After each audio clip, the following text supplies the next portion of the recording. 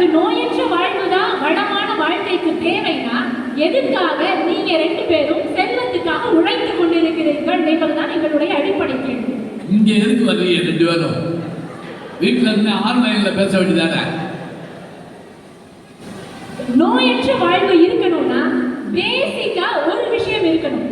ஆரம்பத்தில் பேசும்போது நம்ம சிஇஓ சார் கூட சொன்னாங்க, ஆரோக்கியமான வாழ்வு இருக்கணும்னா, நோயற்ற வாழ்வு இருக்கணும்னா முதல்ல நல்ல உணவு சாப்பிடணும். ஆரோக்கியமான உணவு ரொம்ப அவசியம்னு சொன்னாங்க. இப்ப இன்னைக்கு இருக்கிற யூடியூப்ல எல்லா இடத்துலயுமே சொல்றது ஆரோக்கியமா சாப்பிடுங்க, சிறுதானியங்கள்லாம் சாப்பிடுங்கன்றாங்க. 1 கிலோ அரிசி 50 ரூபா, 1 கிலோ குதிரைவாலி தெனசாம எல்லாம் 100 ரூபா. இது பத்தாததுக்குன்னு காய்கறி பழமும் சாப்பிட சொல்றாங்க. 1 கிலோ பீன்ஸ் 200 ரூபா, 1 கிலோ பேரிக்காய் 400 ரூபா. இன்னும் ரொம்ப திடகாத்திரமா இருக்கணும்னா பாதாம் பருப்பு பிஸ்தா பருப்பை தான் சாப்பிடணுமா. 1 கிலோ பாதாம் பருப்பு 1000 ரூபா, 1 கிலோ பிஸ்தா பருப்பு 2000 ரூபா. இதெல்லாம் குடிச்சிட்டு வாங்க. வீட்டுல குடும்ப இது போடுறோமா பட்ஜெட்டு? இல்லைங்க ஐயா, இப்ப நோயற்று நம்ம வாழணும்னா நல்ல உணவு சாப்பிடணும். நல்ல உணவு சாப்பிட்றதுக்கு இன்னைக்கு காசு இல்லாம முடியுமா? இப்ப இன்னைக்கு நல்ல உணவு, ஆரோக்கியமான உணவு சாப்பிடணும்னா நல்ல காசு இருந்தா தான் ஆரோக்கியமான உணவை சாப்பிட முடியும். அப்ப வளமான வாழ்க்கைக்கு நோயற்ற வாழ்வு தேவைன்னு அவங்க சொன்னாங்கன்னா அந்த நோயற்ற வாழ்வுக்கு குறைவற்ற செல்வம் தான் அடிப்படைன்னு நாங்க சொல்றோம்.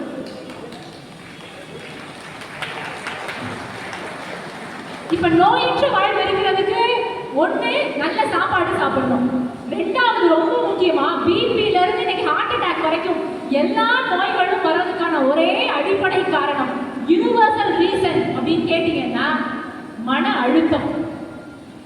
இஎம்ஐ கட்டணும், ஹவுசிங் லோன் கட்டணும், கிரெடிட் கார்டு பில்லு கட்டணும், பிள்ளைக்கு ஸ்கூல் ஃபீஸ் கட்டணும், அம்மாவுக்கு மருத்துவ செலவு பார்க்கணும், தங்கச்சிக்கு கல்யாணம் பண்ணணும், பியூட்டி பார்லர் போகணும்,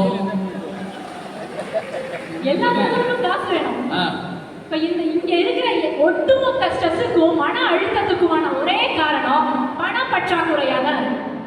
நிம்மதியா ராத்திரி தூங்கணும்னா அடுத்த வேலை சாப்பாட்டுக்கு நான் என்ன பண்ணுவேன்னு பதட்டமா இருக்கும். என் பிள்ளைக்கு எப்படி ஸ்கூல் ஃபீஸ் கட்டுவேன்னு வலியா இருக்கு. அம்மாவை எப்படி பாத்துக்கிறது வேதனையா இருக்கு. இப்ப கொஞ்சோண்டு காசு மட்டும் இருந்துட்டா இந்த வலி இல்ல, வேதனை இல்ல, பதட்டம் இல்ல, சுருக்கமா சொல்லணும்னா மன அழுத்தம் இல்ல. மன அழுத்தம் இல்லைன்னா இன்னைக்கு நோயே இல்லை.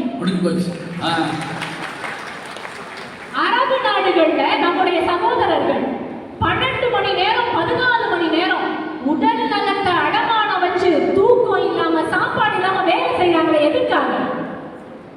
4 காசு சம்பாதிக்கிறதுக்காக தான்.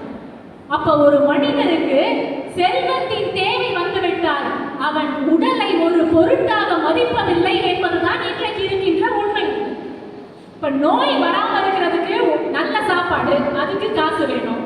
மன அழுத்தம் இல்லாம இருக்கணும், அதுக்கும் காசு இருக்கணும். இன்னொன்று ரொம்ப முக்கியமான விஷயம், 3 மாசத்துக்கு ஒருக்க பிபி டெஸ்ட், சுகர் டெஸ்ட், 6 மாசத்துக்கு ஒருக்க இசிஜி, எக்கோ, 1 வருஷத்துக்கு ஒருக்க மாஸ்டர் ஹெல்த் செக்அப், 2 வருஷத்துக்கு ஒருக்க கேன்சர் டெஸ்ட், பாப்ஸ்மியர் டெஸ்ட். இந்த மாதிரி எல்லா டெஸ்டும் எடுத்துட்டா எந்த நோயும் வர்றதுக்கு முன்னாடியே காப்பாற்றிடலாமா? இன்னைக்கு பணம் இல்லாம தான் மிக கொடிய நோயான கேன்சரை கூட ஸ்டேஜ் 3லயோ ஸ்டேஜ் 4லயோ கண்டுபிடிக்கிறாங்க. பணம் இல்லாமல் இங்கே நம்மை விட்டு பிரிந்த உயிர்கள் ஏறாது. கொஞ்சோண்டு காசு இருந்துட்டா அந்த கேன்சரை ஸ்டேஜ் 1லயே கண்டுபிடிச்சு மறுபடியும் நம்மளால இயல்பு வாழ்க்கைக்கு திரும்ப முடியும்னா நோயற்ற வாழ்வுக்கு இங்கே குறைவற்ற செல்வம் தானே அவசியமாக இருக்கிறது. வள்ளுவர் சொல்லுவார், அருள் இல்லாருக்கு அவ்வுலகம் இல்லை, பொருள் இல்லாருக்கு இவ்வுலகம் இல்லாது, பொருள் இல்லாருக்கு இவ்வுலகம் இல்லை. அதாவது இந்த குறளோட பொருளை இன்னைக்கு நம்ம எப்படி புரிஞ்சுக்கணும்னா, பொருள் இல்லைன்னா இந்த உலகத்திலேயே நம்ம உயிர் வாழ முடியாது. பொருள் இருந்தாதான் உயிர் வாழ முடிய நிலைமை இன்னைக்கு இருக்கு. இப்ப நான் 50 லட்சம் டெபாசிட் போட்டு வச்சிருக்கேன்.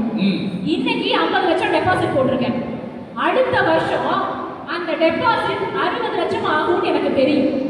இப்ப இன்னைக்கு எனக்கு எந்த நோயும் இல்லை, அடுத்த வருஷம் எந்த நோயும் இருக்காதுன்னு என்னால உறுதியா சொல்ல முடியுமா? அப்ப நம்ம என்னதான் செஞ்சாலும், நல்ல சாப்பாடு சாப்பிட்டாலும், ஸ்ட்ரெஸ் இல்லாம வாழ்ந்தாலும் நோய் வரதுங்கிறது நம்ம கட்டுப்பாட்டிலேயே கிடையாது. ஒரு 50 வயசை தாண்டின யாராவது ஒருத்தர் எனக்கு எந்த நோயுமே இல்லை, பிபி இல்லை, சுகர் இல்லை, குறைஞ்சபட்சம் மூட்டு வலி கூட இல்லைன்னு நீங்க யாராவது சொல்ல முடியுமா? அப்ப எல்லாருக்குமே இது கடவுள் கொடுத்த ஒரு இயந்திரம். எல்லாருக்குமே நோய் வரதான் போகுது. 70 வயசு 80 வயசு தாண்டா நோய் வரதான் போகுது. சமீபத்துல எங்க பெரியப்பாக்கு ஹார்ட் அட்டாக் வந்து எங்க பெரியப்பாவை கொண்டு போய் ஹாஸ்பிட்டல்ல அட்மிட் பண்ணோடனே டாக்டர் சொன்ன முதல் விஷயம் 50,000 ரூபாய்க்கு ஒரு இன்ஜெக்ஷன் போடணும். இதை போட்டா உடனே குணப்படுத்திடலாம்னு சொல்றாங்க. எனக்கு என்ன இங்க ஒரு ஆச்சரியமான விஷயம்னா, அந்த 50,000 இருக்கிறவங்க அந்த காசை கொடுப்பாங்க, குணப்படுத்திடலாம். ஆனா அந்த 50,000 இல்லாதவர்கள் தன்னுடைய அம்மாவையும் அப்பாவையும் பெரியப்பாவையும் எப்படி குணப்படுத்த முடியும்? சரி, ஹார்ட் அட்டாக் அது வயசானவங்களுக்கு தானே வரும் அப்படின்னா, ஜிவி சிண்ட்ரோம் 10வது படிக்கிற பிள்ளைக்கு கூட வரலாம். அந்த பிள்ளைக்கு அந்த வியாதியை குணப்படுத்தணும்னா இம்யூனோகுளோபுலின் இன்ஜெக்ஷன் போடணுமா? அந்த இன்ஜெக்ஷனோட விலை 4 லட்சமா. இப்ப அந்த 4 லட்சத்தை கொடுத்தாதான் இன்ஜெக்ஷன் போட முடியும். இன்ஜெக்ஷன் போட்டாதான் பிள்ளைய அந்த சிண்ட்ரோம்ல இருந்து காப்பாற்ற முடியும். அப்ப இன்னைக்கு பிள்ளைகளை நம்ம நோய் வந்தா கூட அந்த நோயில இருந்து காப்பாற்றணும்னா குறைவற்ற செல்வம் தான் இன்னைக்கு தேவையாகும். நோய் வர்றதுக்கு முன்னாடியும் செல்வம் தான் அவசியம். நோய் வந்ததுக்கு அப்புறம் காப்பாற்றுறதுக்கும் செல்வம் தான் இன்னைக்கு அவசியமாக இருக்கு. ஏன்னா ஹார்ட் டிரான்ஸ்பிளான்ட்ல இருந்து ஹேர் டிரான்ஸ்பிளான்ட் வரைக்கும் எல்லாத்துக்கும் இன்னைக்கு காசு வேணும். சரி, இதய மாற்று அறுவை சிகிச்சைக்கு காசு வேணுமே, அதுக்கு முதல்ல இதயம் வேணுமே நிறைய பேர் யோசிப்பீங்க. இன்னைக்கு ஒரு இதயம் கிடைக்கலனா கூட ஆர்டிபிஷியலா செயற்கை இதயம் பொருத்துறாங்க. கடந்த ஜூலை மாசம் 9ஆம் தேதி டெக்சாஸ் ஹார்ட் இன்ஸ்டிடியூட்ல டைட்டானியம் இதயம் பொருத்தி 57 வயது நிரம்பிய ஒரு மனிதரை வாழ வைத்திருக்கிறார்கள் என்றால் இது மருத்துவத்தின் சாதனை என்று சொல்ல வேண்டும்.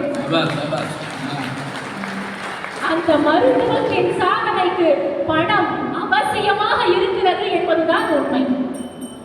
சமீபத்துல ஒரே ஒரு செய்தி, ஒரு சின்ன பையன் 8 வயசு பையன், அந்த பையனுடைய பெயர் சிவம். அவனுக்கு பிளட் கேன்சர்.